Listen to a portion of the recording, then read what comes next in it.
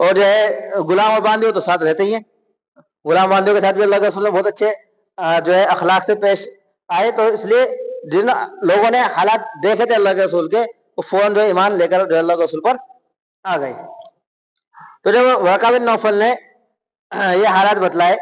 ورقہ بن نوفل کو حضرت خدیجہ رضی اللہ عنہ نے یہ حالات بتلائے, تو ورقہ بن نوفل نے کہا جو ہے آنے والے نبی ہے اور آخری نبی ہے. تو خدیجہ رضی اللہ عنہ کے دل میں نکاح کا جو ہے ان سے ارادہ پیدا ہوا کہ میں جو ہے اللہ کے رسول یعنی محمد سے نکاح کروں. تو حضرت خدیجہ رضی اللہ عنہ نے اس پیغام کو محمد صلی اللہ علیہ وسلم کے پاس بھیجا, میں جو آپ سے نکاح کرنا چاہتی ہوں. حالانکہ جھجکتی ہوئی کہ جو ایک آدمی کے اندر کوالٹی ہونی چاہیے ساری کوالٹی موجود ہے, لیکن میں جو بہت زیادہ بڑی ہوں عمر میں, محمد صلی اللہ علیہ وسلم جو ہے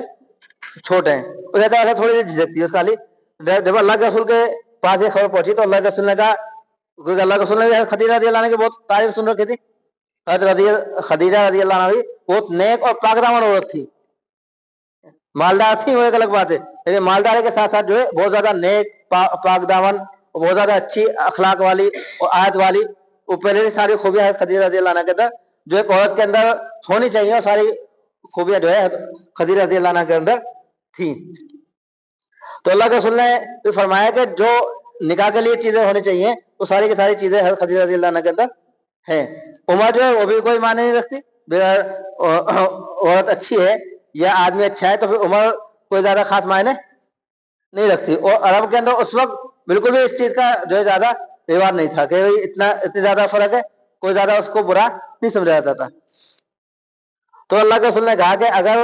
وہ تیار ہے تو مجھے بھی کوئی جو ہے اشکال نہیں ہے, لیکن میں جو ہے پہلے اپنے چچا ابو طالب سے جو اس کی اجازت لوں گا. اگر وہ اجازت دے دیں گے تو ٹھیک ہے, وہ اجازت نہیں دیں گے تو پھر میں جو نکاح جو ہے نہیں کروں گا. جب چچا ابو طالب کے پاس یہ بات پہنچی, ان سے کہا گیا بھائی جو ہے آگے بھتیجے محمد اور جو ہے حضرت خدیجہ, کیونکہ حضرت خدیجہ کے والد کا پہلے انتقال ہو گیا, بتلا دیا ہم نے جنگ فجار کے اندر, ان کے پہلے شوہر کا بھی اسی وقت انتقال ہوا تھا. تو حضرت خدیجہ رضی اللہ عنہ کے باپ کا اور شوہر کا جو ہے جنگ فجار کے اندر انتقال ہو گیا تھا, پہلے اس کو بتلا چکے. تو حضرت خدیجہ کے جو ہے چچا تھے, اور ان چچا نے جو ہے ابو طالب سے جو نکاح کی بات کی, تو ابو طالب نے کہا ٹھیک ہے مشورہ کر کے بتلاتا ہوں. تو چچا ابو طالب نے اللہ کے رسول سے مشورہ کیا, اللہ کے رسول نے کہا ٹھیک ہے مجھے کوئی جو ہے اشکال نہیں ہے. حضرت حمزہ رضی اللہ عنہ بھی اس وقت موجود تھے, ان سے بھی جو ہے رائے مشورہ لیا گیا. تو انہوں نے کہا اگر ان کو جو ہے اگر ایج کا اور جو ہے عمر کا کوئی فرق نہیں پڑتا تو پھر نکاح کے اعتبار سے خدیجہ رضی اللہ عنہ بہت اچھی عورت ہیں, انہوں نے بھی تعریف کری اور جو ہے تعریف کے لائق بھی تھی. تو اس لیے چچا ابو طالب نے جو ہے اللہ کے رسول کی رضامندی سے حضرت خدیجہ رضی اللہ عنہ سے جو نکاح طے کر دیا. اور نکاح کے اندر جب نکاح ہوا تو اللہ کے رسول صلی اللہ علیہ وسلم نے 20 اونٹ مہر کے اندر دیے. حالانکہ بتلایا کہ چچا ابو طالب وہ بھی جو ہے مالی اعتبار سے کمزور تھے, دادا تو بہت زیادہ مالدار تھے, اونٹ بہت زیادہ تھے, لیکن دادا کا تو وہ بڑھ گئی نا, سب میراث چلا گیا. اور اللہ کے رسول جو ہے ابو طالب کے جو ہے کفالت کے اندر ہے, اور ابو طالب جو مال کے اعتبار سے زیادہ مالدار نہیں ہے, یہ بتلایا تھا. اور اس لیے اللہ کے رسول نے جو ہے شروع سے کمانا بھی شروع کر دیا تھا. اس لیے چچا ابو طالب بھی اللہ کے رسول کو منع نہیں کر پائے, کیونکہ اس وقت کی ضرورت بھی تھی انہیں. تو اللہ کے رسول صلی اللہ علیہ وسلم نے حضرت خدیجہ رضی اللہ عنہ کی رعایت کرتے ہوئے 20 اونٹ جو ہے وہ مہر کے اندر دیے. حالانکہ 20 اونٹ بہت زیادہ ہوتے ہیں. تو جو 20 اونٹ گویا حضرت خدیجہ نے سوچا گویا کہ انہوں نے سارا جو ہے جمع پونجی جو انہوں نے جمع کری تھی سب کے سب جو ہے مجھے دے دی. تو خدیجہ رضی اللہ عنہ نے بھی اسی احسان کے بدلے میں کہ یہ احسان کرنے والے تو میں بھی احسان کرنے والی ہوں, تو اسی وجہ سے حضرت خدیجہ رضی اللہ عنہ نے اس وقت حضرت زید بن حارثہ رضی اللہ عنہ جو غلام ہے خدیجہ رضی اللہ عنہ کے, انہوں نے اس وقت اللہ کے رسول کو تحفے میں دیے. پہلے واقعہ آیا تھا جب زینب بنت جہش رضی اللہ عنہ کا تذکرہ چل رہا تھا, اس وقت زید بن حارثہ رضی اللہ عنہ کا تذکرہ آیا تھا. تو اس کو ان کا واقعہ اسی وقت بیان کیا تھا ہم نے کہ کس طرح وہ یمن کے تھے جو کسی قافلے میں اپنی والدہ کے ساتھ گئے, وہاں قید کر لیا, قید کر کے جو ہے مکہ کے اندر لا کے بھیج دیا. تو مکہ کے اندر جو ہے حضرت خدیجہ رضی اللہ عنہ کے بھتیجے تھے, انہوں نے خریدا اور خریدنے کا پھپھو کو جو اپنے گفٹ کر دیا. اس طرح حضرت خدیجہ رضی اللہ عنہ کے حضرت خدیجہ رضی اللہ عنہ کے پاس رہتے رہے. اور اس کے بعد جو ہے اللہ کے رسول صلی اللہ علیہ وسلم جب نکاح ہوا تو خدیجہ رضی اللہ عنہ نے جو ہے زید بن حارثہ رضی اللہ عنہ کو اللہ کے رسول کے جو سپرد کر دیا کہ آپ جو ہے اس کو اپنے پاس رکھیں. تو جب حضرت خدیجہ رضی اللہ عنہ سے نکاح ہوا اس وقت اللہ کے رسول صلی اللہ علیہ وسلم کی عمر 25 سال کی تھی اور خدیجہ رضی اللہ عنہ کی عمر 40 سال کی ہے نا. اس وقت جو ہے ان کا نکاح ہوا ہے. انشاءاللہ اس سے آگے کا سبق جو ہے اگلے ہفتے کیا جائے گا. اللہ تبارک و تعالی ہم سب کو عمل کی توفیق عطا فرمائے.